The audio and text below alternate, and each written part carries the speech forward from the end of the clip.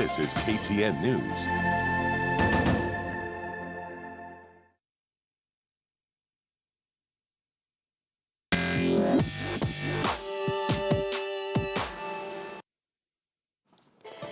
It is time for Open Mic here on Youth Cafe, and of course, like I told you, tonight we'll be discussing how young people can be driving, could be a positive gender when it comes to driving security here in Kenya, and also how we're seeing a lot of very many females being represented in gangster communities, and why this is happening right now. Is it because it's just come to light? And in short, we're just going to talk about organized crime, especially amongst young people. So allow me to introduce the panel tonight.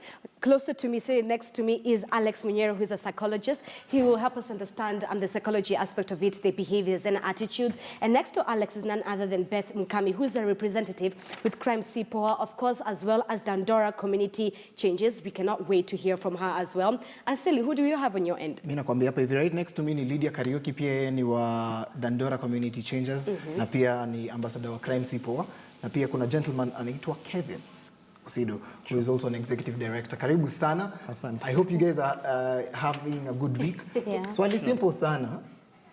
Sisi sijui nataka kuanza. Let me start, all right? Let me start with Kevin on this one. You are the executive director for Country Governance Watch here in Kenya. And we've seen, especially in the last 2 weeks, when we had that story that went so viral, when we saw the two youngest, prettiest female gangsters in Kenya being... Okay, that's what they were Wanajikaza.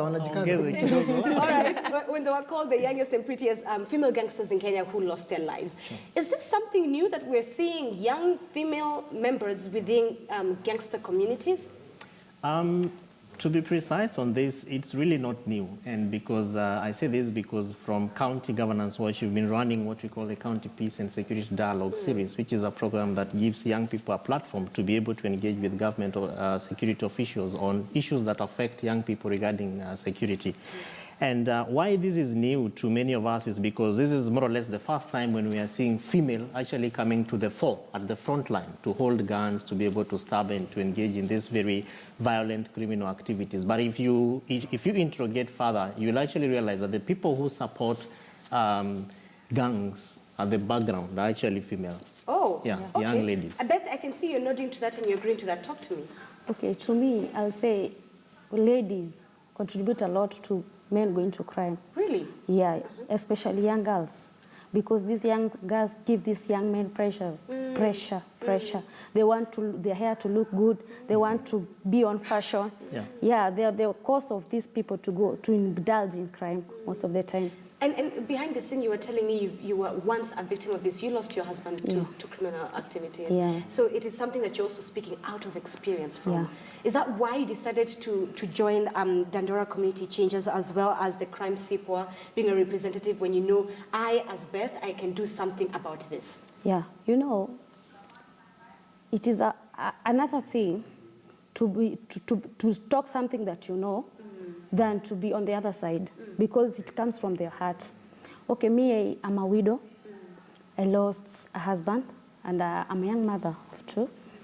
And let me say, it was very painful at that time, because actually the man that I knew had a degree, a biochemistry degree, but he opted to go to crime. Why? Because there is no job, the kids need to eat. You understand? Yes. And you know, ule mtoto hataki kujua ati hajapata, anataka kujua chakula iko kwa meza. At the end of the day, hata understand. Acha niulize Lydia hapa hivi. Unafikiria ni madem ndio wanafanya machalio wanaingia kwa crime, ama ni machalio wanafanya madem wanaingia kwa crime? Because ametoa point moja hapo hivyo important yenye madem wanataka kujipamba, wanataka kukafiti. Lakini swali ni simple. Wewe unaonaje, ni madem wanafanya madem wanafanya machalio wanaingia kwa crime, ama machalio wanafanya madem waingie kwa crime? Okay, to me naweza sema both wanafanya wote waingie kwa crime. Juu kitu ya kwanza una get chali kaya ni dingo ameingilia crime. Udem hii gani ndiye anakama anaiosha.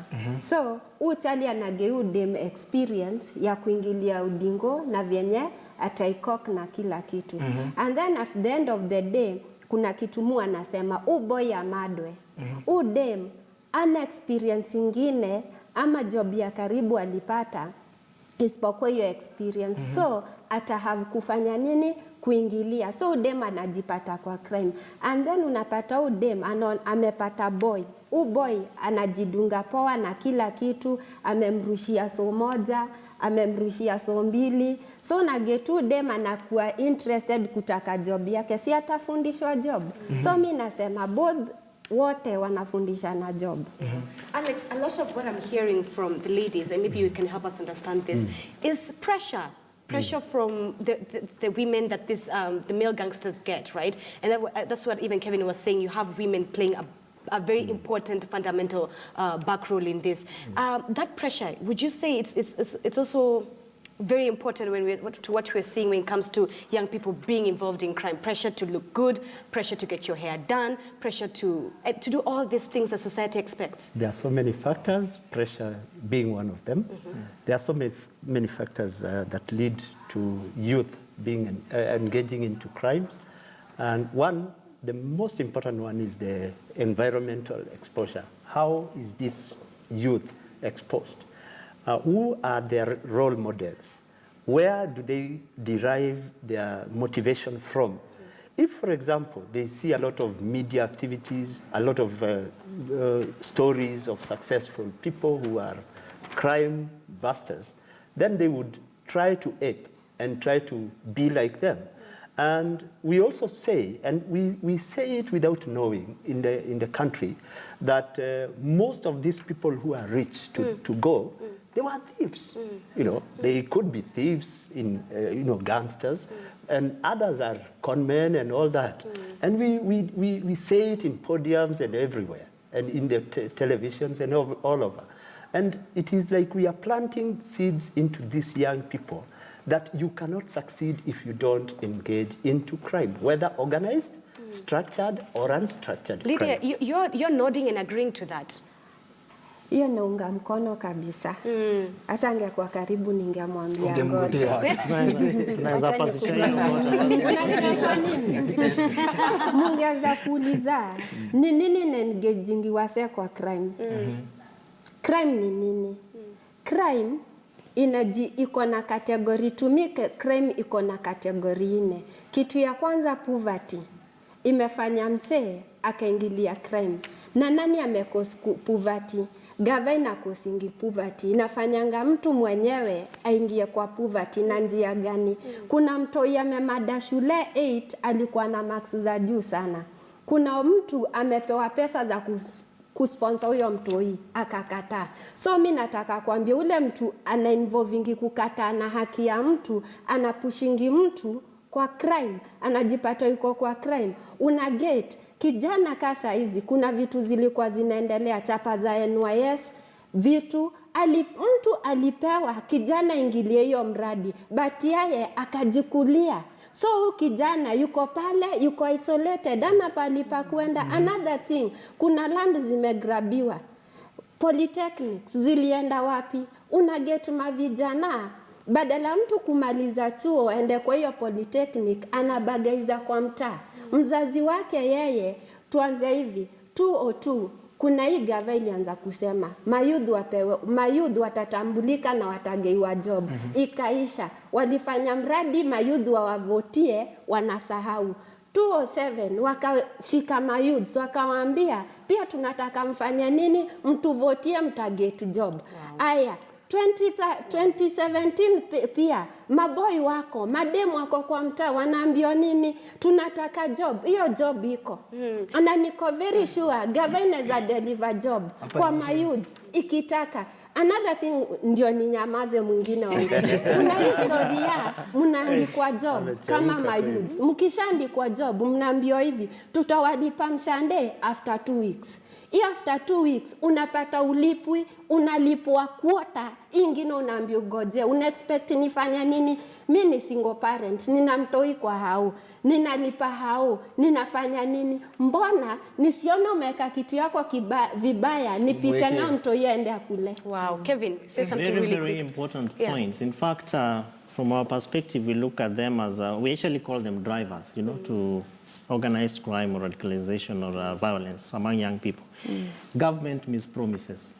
Right now, it's more or less like a campaign period. You're busy telling young people, we'll give you 500,000 jobs every year. Where are they? You're telling us we're going to carve very interesting programs to be able to give you opportunities to put money in your pockets. It's missing. Number 2 is unemployment. She's actually raised very important issues. Number 3 is marginalization. She's talked about the issues concerning land. You know, young people want spaces to be able to express themselves, you know, places to be able to play soccer, places to be able to have... To do art and all that. Exactly. Okay. All these are opportunities that, if actually granted to young people, then we'll begin to see negative effects of crime. Okay. Yeah? We're going to come back to this discussion in just a while. But as always, Brian Aseli went to Mathare this time round, and he was asking the people in regards to what we're talking about today. So here on Street Sense, that's what we want to take a look at. Have a look.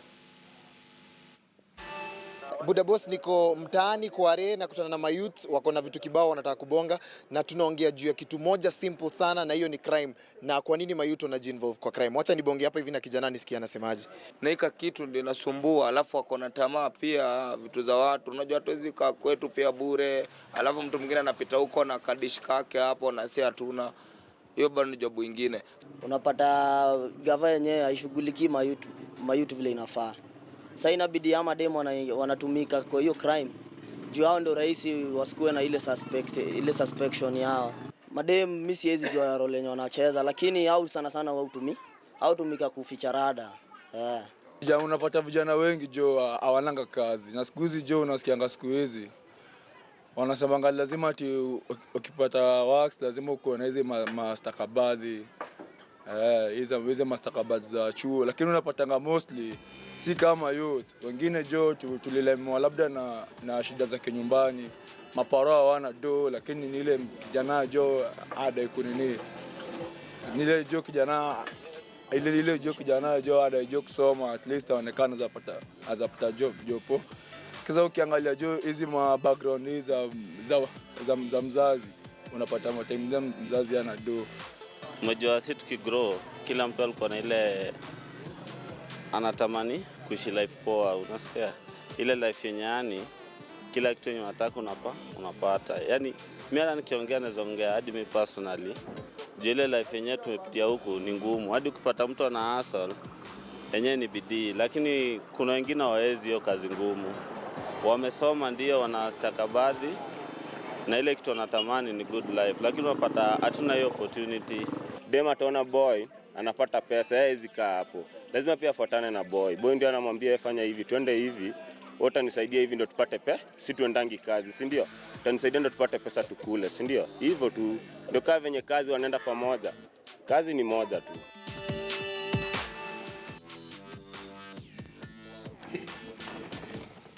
So that was Street Sense, and we got to hear from the people on the ground. But as always, we're also interacting with you on social media. And today we are asking our online community, if you are watching from home, wherever it is that you're watching, how can young people drive the security agenda in Kenya? How can young people drive the security agenda in Kenya? 1, social media. We all know it's a powerful platform. Peer education, running safety campaigns within your real estate, within your community, wherever it is. Are you running safety campaigns, community watch programs? Do you know your neighbor?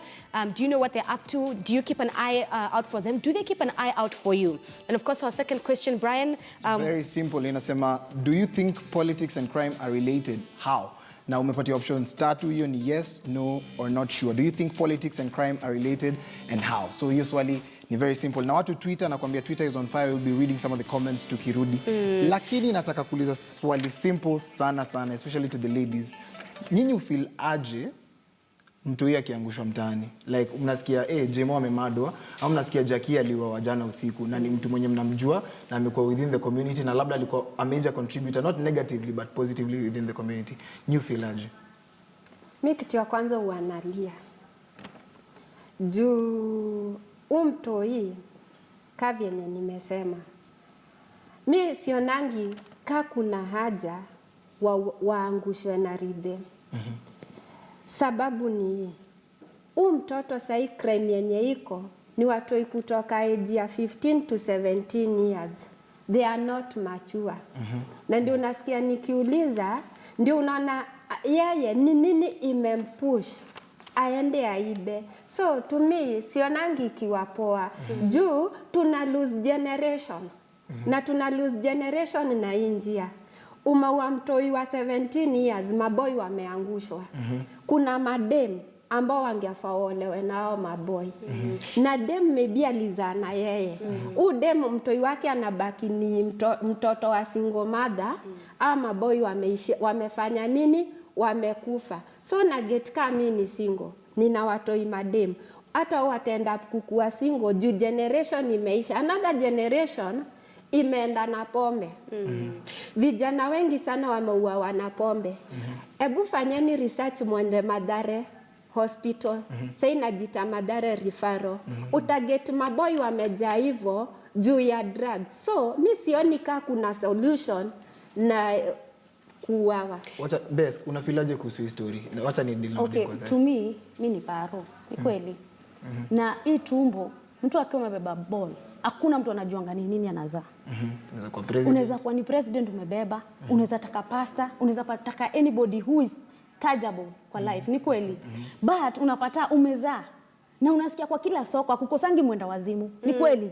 So hata wewe kama umebeba hiyo ball, ujui kama umebeba pia mwizi na muuaji. Ni kweli. Kwa hivyo hakuna mzazi anatakianga kuza watoto wabaya. You understand? Kwa hivyo sasa zile mimi nimepita nimepata huo chalia ameangushwa. Mimi na feel kwa sababu najua kuna mzazi mahali. You understand? Na najua mchalia amepass kwa sababu hajapatiwa chance ya change, ya kuchange. Hakuna mtu deserve a second chance in life. Me understand that. Na mimi na feel uchungu na niko na uchungu na gava kwa sababu unapata umse kutumanisha ameuliwa na kona mbonoko hapo. Kwa hivyo hata hakuwa na hakuwa in danger kwa huyo officer. Alienda kiganjo kufanya nini? Alienda kiganjo kufundishwa kudisa nini mwizi. Ni kweli?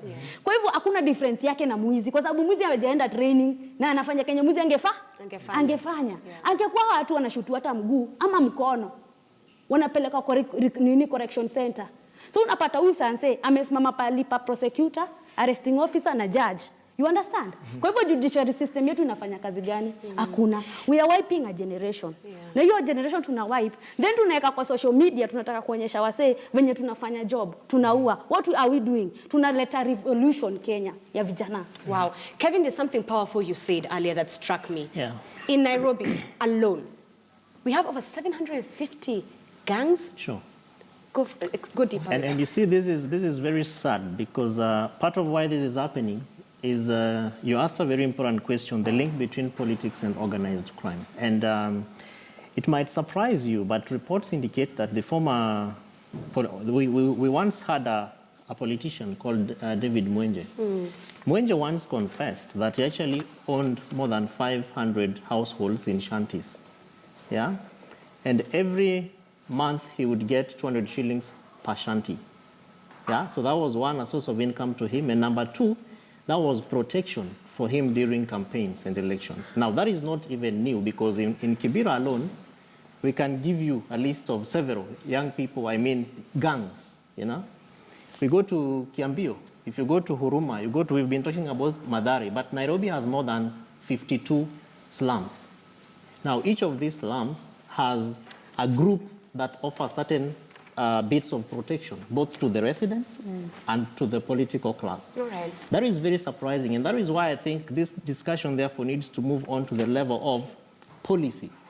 How can we address the issues of unemployment, issues of lack of effective engagement of the youth, you know, in income-generating activities? A week ago, some of my friends and I went around just visiting the street kids. In a span of 2 hours, we met 300 households, 300, between Ngara all the way to Pangani and coming back through Fig Tree. All that is just Ngara. Now, Nairobi has 85 wards, if we talk about counties.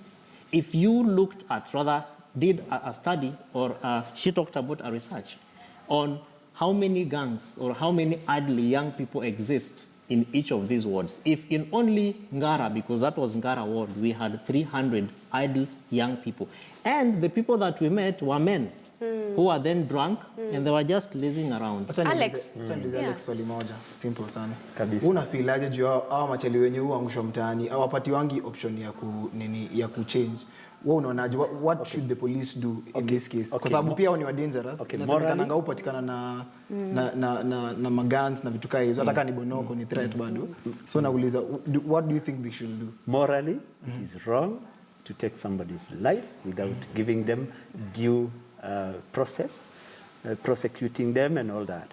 But I'm not here to defend anybody, because I know even the police, when they would be called, they would say that they are defending themselves. You know, that debate is a bit deep, and I don't think we are in the capacity of discussing So it. Alex, from a psychology point of view, what do you think are some of those solutions that we need to bring to the table? That is now where we should come in.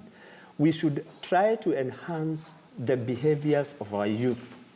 One, I think she talked about the promises that we give as a government that are not fulfilled. That is one. Two, whenever we fulfill a promise, for example, we give job opportunities, we should tell them that these are the job opportunities that we were telling you. Don't expect more. You know, like right now, the youth are expecting jobs to be given. But maybe they have been given indirectly, and the government has not told them that they have them. All right, ladies and gentlemen, before we go to At Corner with Brian Asili, I want to hear your last sentiments on this discussion. I know we can go on and on and on, but before we go to At Corner, I really want to engage you very quickly, shortly, your last sentiments. Alex. My last sentiment. Youths are very energetic. They have a lot of energy, and we should enhance that energy for the good of our country. Okay.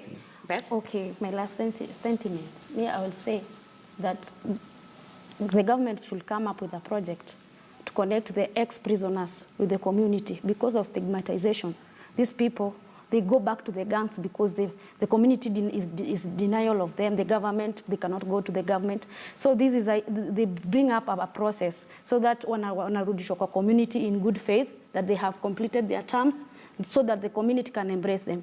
Secondly, jobs opportunity, wa create job opportunities. Wacha kutumia poverty kama strategy zao za kukuja kufanya campaign kwa ground. Kitu kingine, vijana wengi wanadedi na wanacha madem na watoi. Na hiyo inawafanya wanakuwa desperate, wanaenda kuiba. All right. Alex. Yes. I'm sorry, Kevin, for you. Just a minute. Kuna hii issue imesaidia sana kwa community, and sorry I have to mention it. Okay. Kuna hii shughuli ya NYS imefanya crime imepungua kidogo kwa community, kwa sababu ni cohorts wanakuja na wamechukuliwa kwa community, wanafanya usafi. I will urge the government, hiyo program imesaidia sana mashinani, au vijana kama wanaweza ongezewa at least the better. Okay. So that they are kept busy. Okay. You know, that is what we are. Kevin, for you? Devolution has provided opportunities for counties and in fact governments to engage young people. And part of the work which we've been doing with a number of counties is to generate county youth policies. And part of the process is that we have young people generating what works for them in their locality, your environment. What kind of things do you see that can make you engaged? And then secondly is young people, we have to defend our future. I have some white handkerchiefs. They are branded defend my future, because we cannot sit back and watch crime taking away a whole generation. We can't sit back and watch violent extremists recruiting our young people and having them kill young men and women and children aimlessly. It is wrong. There is no right justification to kill any life at whatsoever level, whether it is a violent crime or it is terrorism or whatever nature. And then lastly is social networks. Besides social media and how it's influencing young people's lifestyles, I think that we need to move on to the level of asking ourselves, who is your mentor and how can you be able to learn from positive people? All right, Lydia, very quick, your thoughts. Okay. Mi thought yangu ya kwanza, ningeajigava wakati inachagua ma youth representative, ni poa kuchagua watu wana degree, ni poa kuchagua women rep wana degree, but gava ifikiria hivi, kuna watu wajasoma but wana werevu ya kuzaliwa ambao wana touch na ground, wanajua shida za grao. Pia hao wa include watu kwa nini kwa government ambao hawana certificate but wanaweza saidia kubadilisha maisha. And then kitu ya mwisho tu ambao inaniuma kila siku nikipanda gari nikienda town. Hapa roundabout ya Pangani kuna watoto from the age of 7 years to 20 years mavijana ambao wanasimama hapo, ambao umtoi ndio atakuwa crime atafanya crime kesho, ambao atakuwa robbers, hijackers, vitu kaa hizo. So ni nini gava inafanya kuzuia watoto hao waondoe kwa street? Na nilifanya research, niko na watoi wanatoka Mathare, mahali tu kwa kona ni Machokoch, mama zao wako desperate, hawana chochote. So gava ingilie katikati, chukua watoi wapeleke shule na watoe kwa street, wache kusema watu wanasnatiwa simu na yetu wanaona, wanafurahianga kuua lakini wafurahi kuprevent. Thank you so much. We can continue this conversation, that's for sure. But Aseli, what do you have for us for today in that corner? Nakwambia each and every week mi wenda mtaani. Hii conversation ni moto, of course tunaendelea na conversation on Twitter. Na Twitter handle yetu ni @Brian_Aseli, @Zinzi_K, @KTN News. Hii conversation inaendelea mpaka baadaye. So this week on @Corner nilikutana na chali mmoja wa vungu sana, anaitwa Kevo, DJ Velku. Ni DJ mwenye U-spin na mkono mmoja. Cheki hii maneno.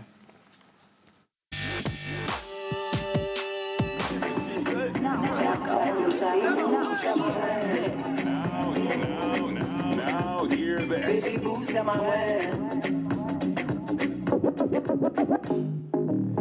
Kwa majina yangu kamili ID naitwa Kelvin Derito Kimathi, ama kwa jina yangu usanii naitwa Velko the One and DJ.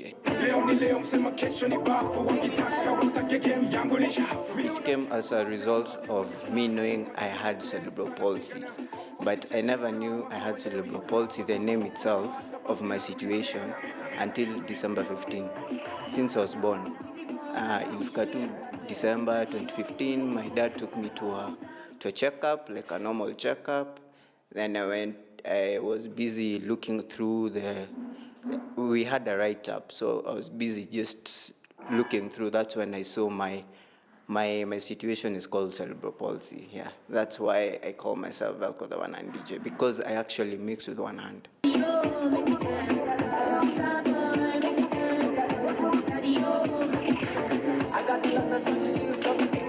2007, after finishing high school, my sister came home. I was playing with a virtual DJ in my laptop.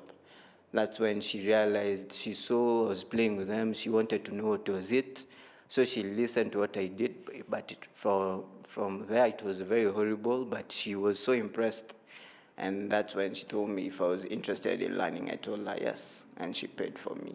What motivates me, the urge to entertain, when you're playing music and you see a crowd moving up and down and moving to what you're doing, that's what keeps me moving. Which is a kila kitu, but mi upenda a lot of hip-hop, a lot of local music, and a bit of mashup songs.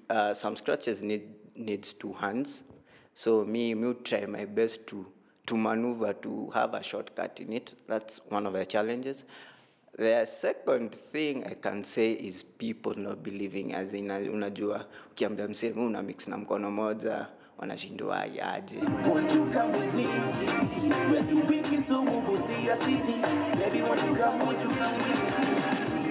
Do I ever wish I had 2 hands? Back in primary, yes, because there was a lot of challenges, because I was being dissed a lot. But that changed over time, because I really accepted myself early enough, I thank God. So, but now, no, because this is actually my selling point. Because this is like a unique trait of me. If you put me in a room of 100 DJs, what is my uniqueness? Me niko na mkono moja, and I can still do the same job as they do. Now hear this.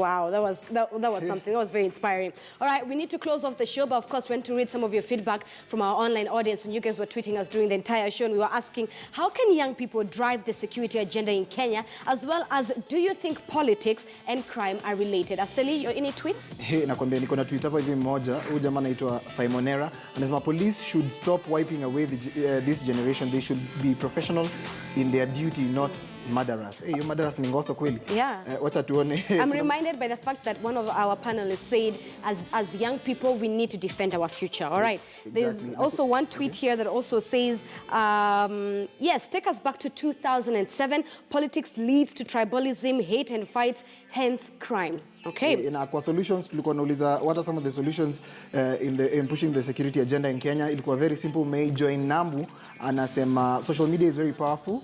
A very powerful tool and is effective for this since the youth are on different All right, platforms. let's end with Stephen Wambua's tweet. You say, Stephen, that if young peers are educated, and then they will know alternative best means of earning apart from crime. Of course, that's one conversation that we can continue all throughout. So remember, what are you doing, especially that we're heading towards August 8th, in order to maintain security within your community? This has been another episode of Youth Cafe. Thank you so much for joining us. Of course, we'll see you again next week, Friday. My name is Zinziki Biku. And the hottest man in Eastern Central Africa, Brian Aseli, have been dressed by Nairobi's Divine Collection. Ukitaka kladinoma kama hii, ni noma. Sijaenda Gikomba round hii. But, najua hii conversation itaendelea on Twitter. So keep tweeting, tuta retweet, tukiendelea ku have conversations.